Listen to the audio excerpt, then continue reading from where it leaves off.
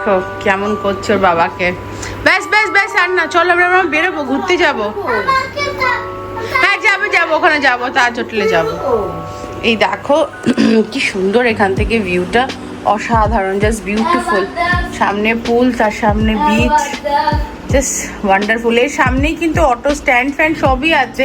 তবু আমি বলবো যে এই জায়গাটা হচ্ছে স্বর্গদ্বার থেকে অলমোস্ট 3 কিলোমিটার দূরে, আর মন্দির থেকে 5 কিলোমিটার দূরে। এভরিওয়ান, তোমরা সবাই কেমন আছো? আজকে হচ্ছে থার্সডে 11th জুন। আজকে তো কথা ছিল আমাদের বাড়ি চলে যাওয়ার, কিন্তু আমরা ডিসাইড করলাম যে না, আরেকটা দিন থাকবো বাবার কাছে। এসে একটা দর্শনে বেশ মন ভরে না, দ্বিতীয়তেও ভরে না, কিন্তু ওই আর কি। তো আজকের দিনটা আমরা এক্সটেন্ড করছি। তো আমাদের স্বস্তি প্রিমিয়ামে না অ্যাকচুয়ালি আর সি ভিউ রুম ছিল না, তো আমরা এই জন্য হ্যান্ডস কোকো পামে চলে এসেছি। এবং ভীষণ সুন্দর এটাও। কখনো আমি থাকিনি ভেতরে, টিকলু অনেকবার কনফারেন্স ওর অফিসের জন্য হয়তো এসেছে, বাট স্টে করেনি। খুব সুন্দর, এটা জাস্ট ওল্ড ওয়ার্ল্ড চার্ম আছে, একটা খুব সুন্দর কি বলবো, গোয়া একটা ব্যাপার আছে। তো রুম নাম্বার 105, এটা হচ্ছে ওয়াশরুম, আর এটা হচ্ছে আমাদের রুম হ্যান্ডস কোকো পামে। আর মানে এত সুন্দর, মানে বেশ একটা হেরিটেজ হোটেল একটা, তাই না? হ্যাঁ, আর আমাদের রুমের বাইরেও ভীষণ সুন্দর ভিউ আছে, ব্যালকনি আছে একটা। ব্যালকনিতে পরে আমরা দাঁড়াবো, এখন তো সম্ভব নয়। হালকাই রোদ আসছে, বেশি রোদ নেই, দাঁড়ানো যেতে পারে একদম। কিন্তু এতক্ষণ ঘুরে এলাম তো বসে একটু বসে। হ্যাঁ হ্যাঁ হ্যাঁ, আর ওই দিকে না সি আছে, সমুদ্র একদম সামনে, সমুদ্র ঠিক উল্টো দিকেই। হ্যাঁ, সমুদ্র দেখা যাচ্ছে এখান থেকে। আর রুমগুলো সবকটাই না এরকম ভাবে, সব রুম থেকেই মোটামুটি হ্যাঁ পার্শিয়াল সি ভিউ আছে। এবং বিকালে আমরা যাব, সমুদ্রেও যাব, সব জায়গায় যাব, তাই না? একটু বুঝতে হবে, হ্যাঁ একটু ইয়ে খেতে হবে আমাদের, নানা রকমের মদন মোহন আর সিঙ্গারাটা মিস হয়ে যাচ্ছে। তো এই হচ্ছে আমাদের আজকে রাতের জন্য রুম। ট্রিপটা কেমন লাগছে? ট্রিপটা রিল্যাক্সিং। এটা হচ্ছে আমাদের হোটেলের রিসেপশনটা, ভীষণ সুন্দর কিন্তু বলো। আরে হ্যাঁ হ্যাঁ, এখানে শীতকালে সন্ধ্যেবেলা বসতে হবে। হ্যাঁ, আর আমাদের সঞ্জয় দা, আমাদের টিকলুর দাদা হয়, মানে আমাদের সবারই দাদা, সঞ্জয় দা রেকমেন্ড করেছে ওনারা আসলে এখানেই থাকেন। তো থ্যাংক ইউ সো মাচ, ভীষণ সুন্দর। এই যে দেখো বিউটিফুল, বাইরে পরে গিয়ে দেখাবো।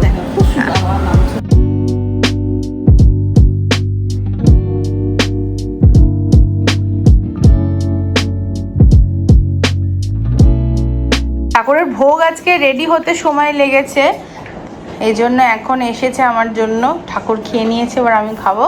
আর এইখানে হচ্ছে আমাদের প্রসাদ সবার জন্য, ঠিক আছে? এরপরেও আমরা কিছু খাজা নিয়ে যাব সবার জন্য। তো এই ভোগের প্রসাদ খাওয়া হচ্ছে মানে পুরীতে বসে ভোগের প্রসাদ খাওয়া মানে হচ্ছে মানে কি বলবো, একটা মানে অসাধারণ একটা জিনিস। মানে সবার এটা নাকি বলে, সবাই নাকি অনেকে আসে, বাট এটা মানে খাওয়াটাও একটা ভাগ্য। এবং প্রত্যেকটা দানাতে কিন্তু জগন্নাথ আছে। এবং বলে যদি কেউ খাচ্ছ, ধরো তুমি খাচ্ছ, তোমার প্লেট থেকে যদি কেউ খাবার নিয়ে না, তাকে আটকাতে নেই, সে কুকুর হোক, বেড়াল হোক, মানুষ হোক, ডাইনোসর হোক, যেই হোক না কেন। তার কারণ হচ্ছে যে জগন্নাথের প্রসাদের ওপরে না সবার অধিকার আছে। তো yes, I am very excited.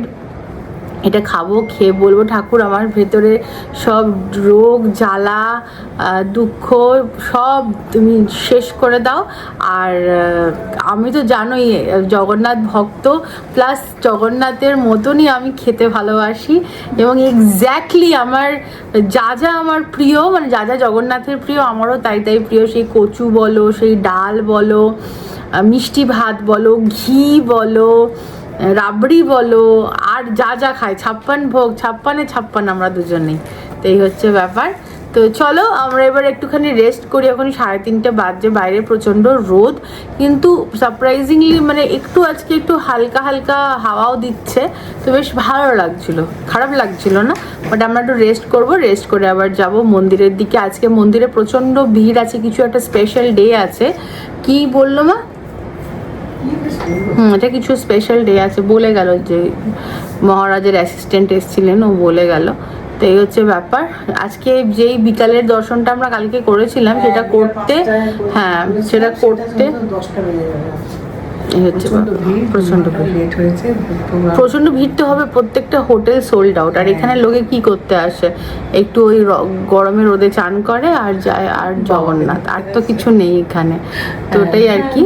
তো ভিড় তো হবেই। আমিও যাব মন্দিরে একটু পরে, মানে ভেতরে ঢুকতে পারি কি না পারি সেটা দ্বিতীয় কথা, বাট ওই আবহাওয়ায় যাব। মানে যেই, মানে আমার কাছে, আমাদের কাছে, মানে আমার আর মায়ের কাছে এটাও খুব আনন্দের যে মন্দিরেও দিতে পারি, বাট পুরীতে থাকছি, মানে যেই এয়ারটা জগন্নাথ ব্রিথ করছে সেটা আমিও ব্রিথ করছি, সেটাই ভালো লাগা, তাই না? এখন সন্ধ্যা হয়ে গেছে, কি সুন্দর লাগছে দেখো রিসর্টের বাইরে, ভীষণ সুন্দর লাগছে। আমার লোকগুলো সব ঘুমাচ্ছে। এখান থেকে কিন্তু অ্যাকচুয়ালি সি ভিউ আছে, মানে হয়তো ক্যামেরায় বোঝা যাচ্ছে না, বাট একটা ফেন্ট লুক আছে সি এর।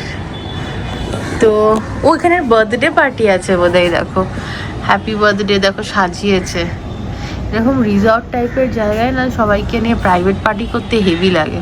বার্থডে পার্টিটা দেখাচ্ছিলাম না রুম থেকে, এখানে কেক কাটিং হবে আর এখানে সবাই সুইমিং পুলের কাছে বসে খাবে, দেখেছো? আর এই যে পুলের সামনে বিচ, বুঝতে পেরেছো মা?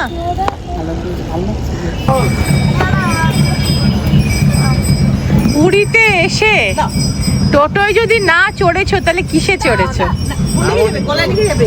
আমি একটু আগে টোটোটাকে টোটো বলে ডেকেছে, মানে অটো আর টোটোর মিক্স। হ্যাঁ বসেন। উত্তেজিত হয়ে একটা টোটোকে টোটো বলে ডেকেছে, মানে এটার পিছনে ধস প্রসেস হচ্ছে, মাথায় ঘুরছে অটো, সামনে দিয়ে যাচ্ছে টোটো, তাই আমি টোটো আমি টোটো বলেছি। তুমি কিছু বলবে?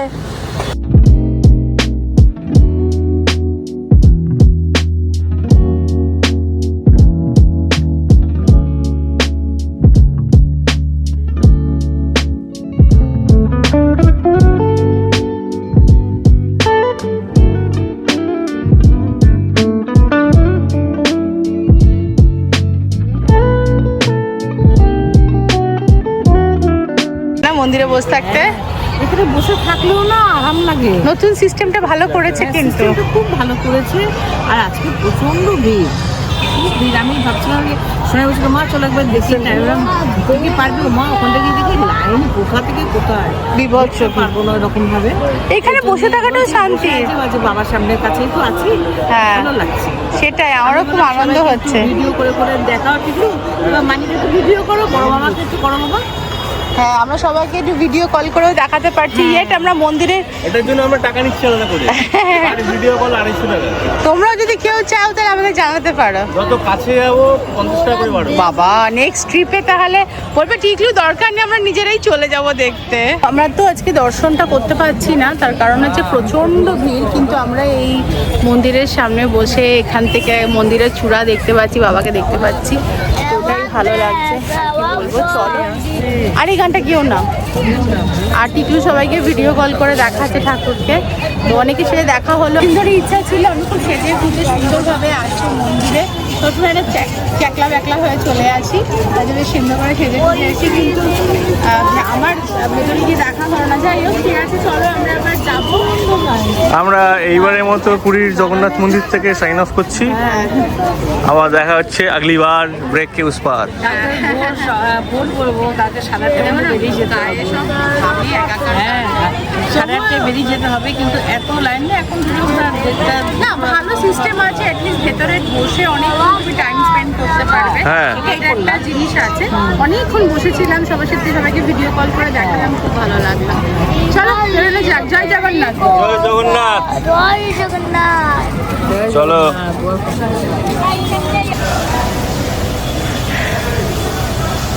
আমরা চলে এসেছি হোটেলে, বাইরে প্রচন্ড বৃষ্টি, সেই বৃষ্টি, আমি তো নিজেই চিৎকার করে উঠেছি। কি গরম গো, মানুষের বড় কষ্ট সত্যি। এ মা বলছে বৃষ্টি দিয়ে মুখটা ধুয়ে নিয়েছে। জল দিয়ে এ বাবা, চলো চলো চলো। এই দেখো কি জোরে বৃষ্টি পড়ছে, দেখতে পাচ্ছ কেমন পড়ছে, জোরে একদম যাকে বলে। বিউটিফুল লাগছে। পড়ে যাবি সিম্বা, ওখানে পেছল আছে। কি ভালো হ্যাঁ কি ভালো লাগছে দেখো বৃষ্টিটা, কিন্তু এদের বার্থডে পার্টিটা নষ্ট হয়ে গেল। আমরা রুমটাকে পুরো ক্লিন করিয়েছি আর একবার পুরো হাউসকিপিং করিয়েছি, তো পুতুটা ঘুমিয়ে গেছে। আর এই যে মহাপ্রসাদ এভাবেই খেতে হয়, মাটিতে বসে একদম উইদাউট এনি আসন এনিথিং, সবাই জানে তাও আর কি। আর এরকম কলা পাতায়, শাল পাতায়, আর না হলে এই যে খুঁড়িগুলো যেগুলো দেয় আর কি ঠাকুরে যেটাতে রান্না হয় তাতেই খেতে হয়। তো দুটো কলা পাতা আছে, একটা টিকলু খাক, একটা আমি খাই, আর মা খুঁড়িতে খেয়ে নেবে, ঠিক আছে? আমি তো প্রথমবার খাচ্ছি এরকম করে। আর যেটা বলার বিষয় সেটা হচ্ছে যে মামনি আর স্নেহা দুজনেরই যে ভক্তি এবং যে কানেকশন জগন্নাথ ঠাকুরের সাথে, সেটা আর কি আমি খুব ইচ্ছা করি। এবং প্রত্যেকবার আমি যখন মন্দিরে আসি ওই কানেকশনটা তৈরি করার খুব চেষ্টা করি, যে কোনোভাবে চোখে জল এসে যাক, ঠাকুরকে মনে হয় ঠাকুর আমাকে জড়িয়ে ধরো, এরকম একটা ব্যাপার।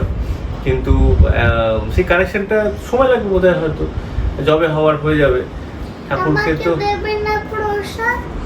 তুমি খাবে? যাও পাপার সাথে যাও, বসো খেয়ে নাও। বসো, তাহলে বসে তো মুখে না আসে গিয়ে বসো। ভালোবাসছে তো। এই যে একজন বসেছে কোনো রকমে প্রসাদ খেতে, কারণ ঠান্ডা লাগছে ওর। একটু ওর মুখে ছুঁয়ে দাও, ও উঠে পড়ুক। চলো, হাত ধুয়ে নেবে, হাত মুখ ধুয়ে নেবে, ব্যাস একটুকু ছুঁয়ে দাও। জয় জগন্নাথ। প্রত্যেক বছরের মতন এবছরে পুরী ছেড়ে যেতে ইচ্ছা করছে, তাই না মা? হ্যাঁ, কষ্ট লাগছে। আবার কবে আসবো? না, আমি খুব আবার শিগগিরই শীতকালে আসবো তো। হ্যাঁ, তাড়াতাড়ি আসবো। পুজোর পরে একবার চলে আসবো। বাবা টানলেই চলে আসবো। বাবা টানলে না চলে আসতে হবে। তাড়াতাড়ি আসে আসবো। কষ্ট তো লাগছে না ছেড়ে।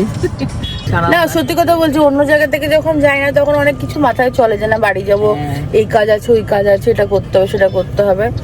কিন্তু এই একটা জায়গা আমার এখান থেকে যেতেই ইচ্ছা করে না। আমার মনে হয় না সমুদ্রটা দেখি তো ভালো লাগে, যেতে তো ইচ্ছা করছে না, যেতে হবে। টিকির প্রচুর কাজ, সোনার এত কাজ, দোকান। আমার তো কাজ মানে হচ্ছে আমার এবার কাজ শুরু হবে। আমি এতদিন হাত পা গুটিয়ে বসেছিলাম। বড় কাজ হলো স্কুল, সোমবার থেকে না, মানডে থেকে স্কুল, সেই জন্য। চলো বেরিয়ে পড়ি। জয় জগন্নাথ।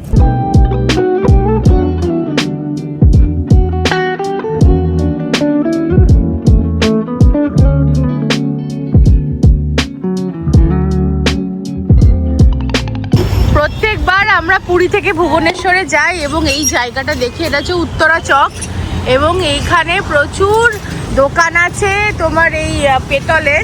মায়ের প্রচন্ড ইচ্ছা ছিল একবার নামার, তো ফাইনালি আমরা আজকে হ্যাঁ সময় পেলাম। চলো যাওয়া যাক। পুতুলার বিবি পুতুলাকে কি কিনে দিয়েছে? এইটা এটা কি গো? গরিলা। কেন কিনে দিয়েছে গো তোমাকে? কেন বিবি আমাকে অনেক ভালোবাসে। আর এছাড়া তোমার বার্থডে আসছে না, বার্থডে গিফট? হ্যাঁ, গরিলা। গরিলা দিয়েছে তোমাকে বার্থডেতে? হ্যাঁ। বলি বলি, দেখো এখানে রেসিং। হ্যাঁ, না, এই যে সিম্বার গরিলাটা এখানে প্যাক করে দিয়ে দিয়েছে, এ ভেতরে আছে, তাই না সিম্বু? এটা আমরা বাড়িতে গিয়ে কোথায় সাজাবো বলো? ভূমিকাতে হ্যাঁ, না বাড়িতে? আমাদের বাড়িতে নিয়ে এসো। এই দেখো পুতুলা কার বাড়িতে সে শুয়ে পড়েছে। এটা কার বাড়ি পুতুলা? এটা তো দোকান। দোকান না, কিন্তু বাড়ির মতন লাগছে দেখতে, দেখ। এইটার জন্য আমরা এখন ভুবনেশ্বরে আছি, আর দেখো বাইরে প্রচন্ড ধুলোর ঝড় উঠেছে। এই দেখো, ধুলোর ঝড় হয় না, তাহলে পিৎজার ঝড়। পিৎজার ঝড় খাবো। দেখো পিৎজার ঝড় হলে দেখো দেখো পিৎজার ঝড় হলে কি হয় বলবো? মা বলো। পিৎজার ঝড় হলে আকাশ থেকে পিৎজা পড়ছে আর আমাদের আর জগন্নাথ ছাড়তে চাইছে না। আমরা যাচ্ছি আর জগন্নাথ কাঁদছে পুরীতে। হ্যাঁ ঠিক বলেছো, ওই জন্যই তো পুরো মেঘলা হয়ে আছে। হ্যালো, হ্যাঁ, আমরা চলে যাচ্ছি আর জগন্নাথ কালকে আসার কথা ছিল, তো আপনি মঙ্গলবার করে বা বুধবার করে আসুন। কালির দাগ লেগেছে। আমি কালকে এই ওয়েদারটা টিকলু চাইছিল হচ্ছে পুরীতে, বলো? হ্যাঁ হ্যাঁ টিকলু এটাই চাইছি। বালি ঠিক আছে, আবার আসবো। সেরকম হলে আবার গাড়ি ঘুরিয়ে চলে যাবো, আমাদের তো কোনো ব্যাপার না। পুরী তো আমরা যখন পুরী থেকে বেরোলাম তখন প্রায় 12টা 12:30 বেজে গেছিলো। আর আমাদের গাড়িটাকে খড়গপুর পর্যন্ত নিয়ে যেতে হলে মাঝপথে একটা ভালো চার্জিং স্টপের দরকার ছিল। কিন্তু সমস্যা শুরু হলো তখনই, কাছাকাছি যে চার্জারগুলো দেখছিলাম তার মধ্যে কিছু কাজ করছিল না, কিছু অফলাইন ছিল, আর যেগুলো চালু ছিল সেই 30 কিলোওয়াট স্লো চার্জিং, সেখানে লম্বা লাইন। এর মধ্যেই আকাশের চেহারাটা হঠাৎই বদলে গেল। চারিদিক কালো মেঘ, দূরে বজ্রপাত আর হালকা ঝড় বৃষ্টির পরিবেশ তৈরি হতে শুরু হলো। এই মুহূর্তে আমরা ভাবলাম চার্জিং নিয়ে টেনশন করে সন্ধে হয়ে যাওয়ার পর লং ড্রাইভ করার কোনো মানেই হয় না। তাই একটু মাথা ঠান্ডা করে আমরা একটা সিদ্ধান্ত নিলাম। খড়গপুর যাওয়ার প্ল্যানটা একদিন পিছিয়ে দিয়ে আমরা সেদিন রাতটা ভুবনেশ্বরেই থেকে যাওয়ার সিদ্ধান্ত নিলাম। গাড়িটাও চার্জ হবে, আমরাও একটু রেস্ট নেব, আর পরের দিন সকাল নতুন এনার্জি নিয়ে আবার রওনা হব। সত্যি বলতে কি, পুরো ট্রিপের সবচেয়ে ভালো সিদ্ধান্তগুলোর মধ্যে এটা একটা ছিল। সেটা কেন, সেটা তোমরা জানতে পারবে কালকের ব্লগে।